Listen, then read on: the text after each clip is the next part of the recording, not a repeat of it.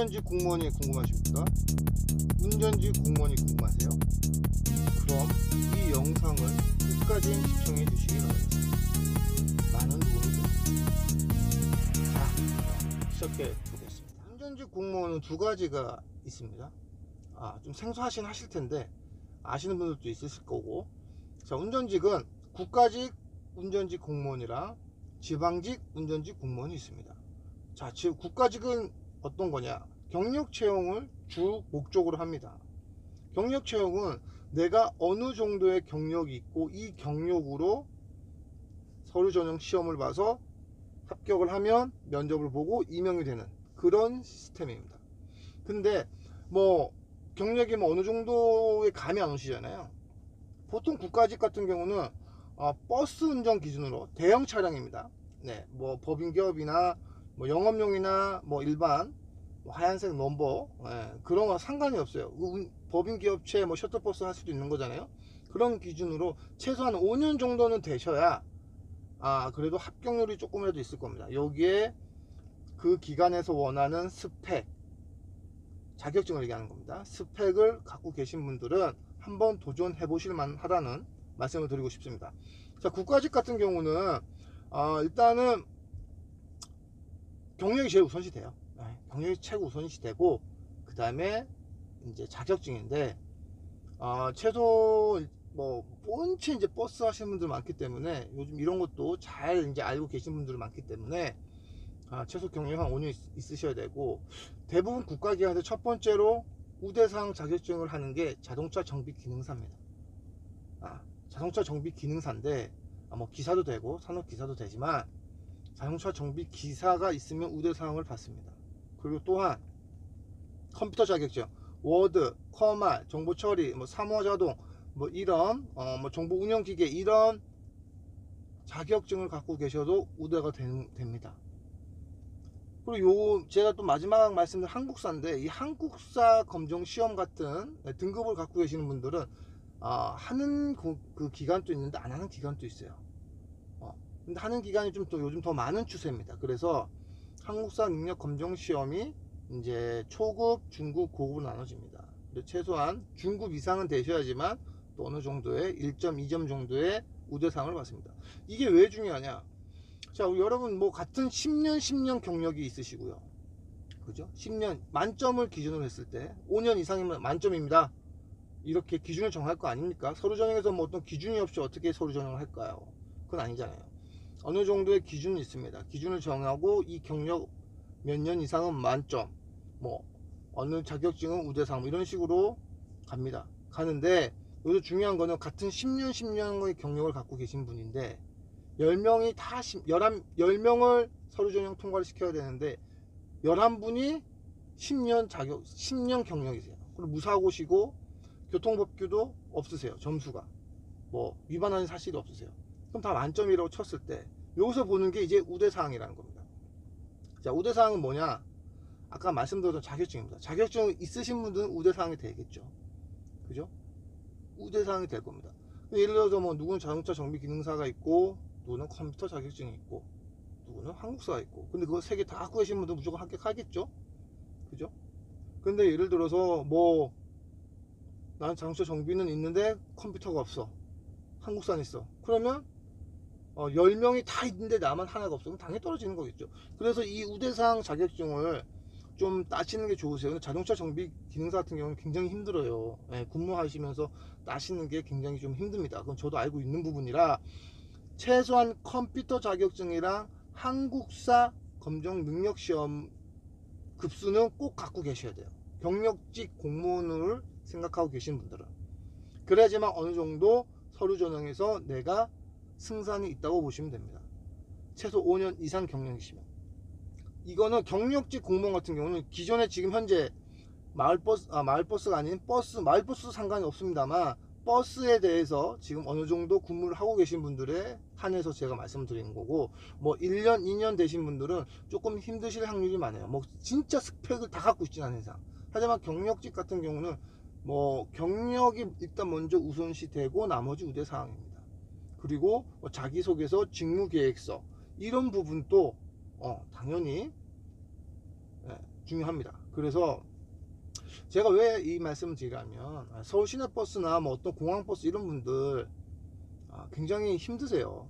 지금 현재 국가직 공무원보다 예를 들어서 급여는 뭐 국가직 공무원이 급여가 좀 적을지 몰라도 시내버스가 더 많을지 몰라도 훗날에 장기적으로 봤을 때는 굉장히 공무원이 좀 낮다고 생각을 해요.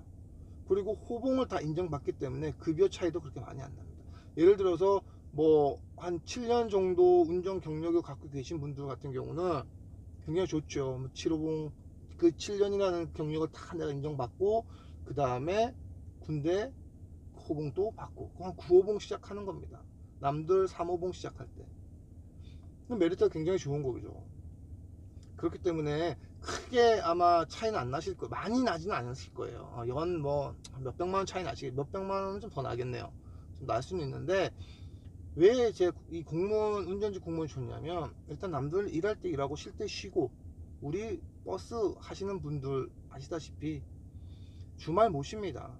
짬밥 좀 드시고 우리 형님들처럼 한 20년 하셔야지 이제 주말 한 토요일 근무 토일 쉴까? 그전에는 평일날 쉽니다. 그러면 나 연세가 있으신 분들 같은 경우는 괜찮죠. 이제 자식들 다 키우고 뭐 주말에 안 쉬고 평일날 쉬어서 그 평일날에 4시간 보내고 굉장히 좋다고 보는데 우리 젊으신 분들 30대 중반 애기들이 이제 곧 뭐 5살 6살 초등학교 1, 2학년들 뭐 이런 부분을 갖고 계신 분들은 굉장히 애로사항이 많으세요. 그건 저도 마찬가지였습니다. 주말에 좀 아이와 놀아줄 수 있는 시간이 전혀 없고요. 평일날 내가 놀기 위해서는 아이랑 어떻게 맞춰야 되고 또 명절 같은 경우는 또 못 쉬고 다 알고 있습니다. 그래서 저는 운전직 공무원 경력직 운전직 공무원을 좀 추천드립니다. 한 5년 이상 되신 분들 같은 경우는. 그래서 제가 이렇게 좀 말씀을 드리는 거고요. 그리고 일단 훗날 봤을 때 공무원 연금도 있고요.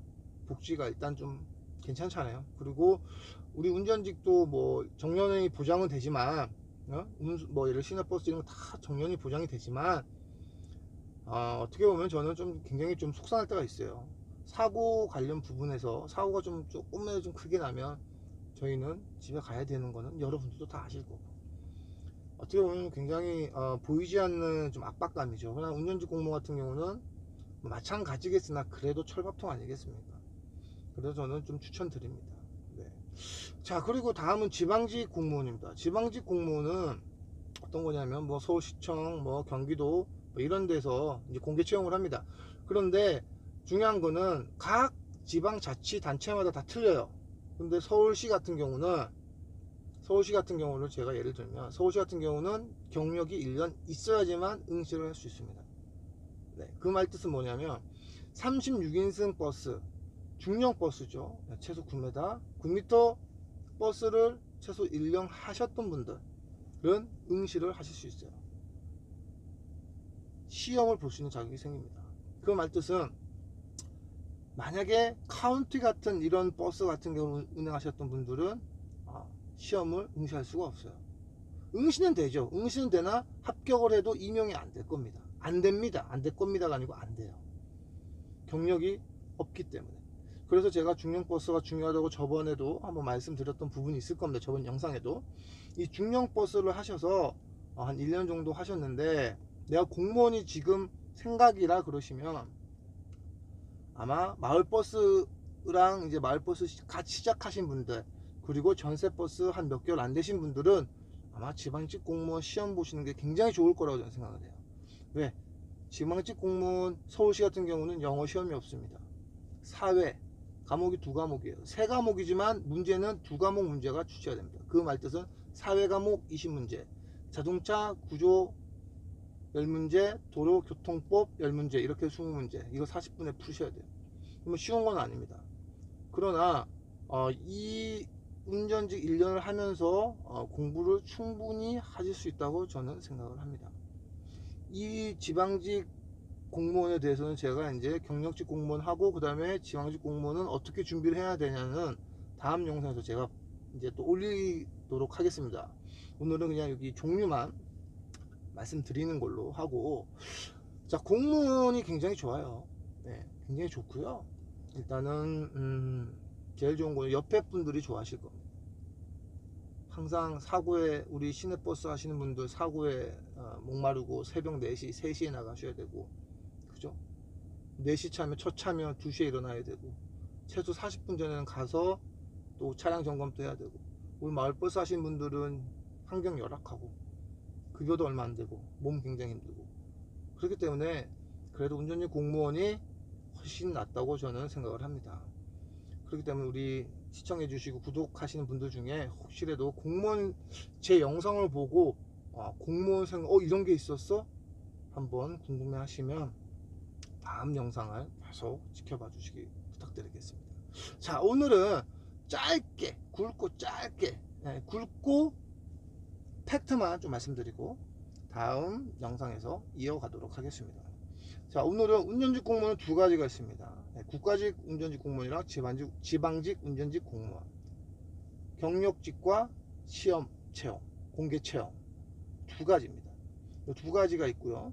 뭐 또 여러 가지 뭐 공공기업, 뭐 공단, 뭐 아니면 공사 이런 데도 있습니다. 그건 또 틀려요. 계속해서 제가 영상을 올려드리겠습니다. 그러니까 계속 관심을 가져주시고 영상을 좀 봐주시고 그러면 너무 감사하겠습니다. 자, 오늘은 짧게 기분 좋게 여기까지만 하고요. 다음 영상에 대해서 기대해 주시기 부탁드리겠습니다.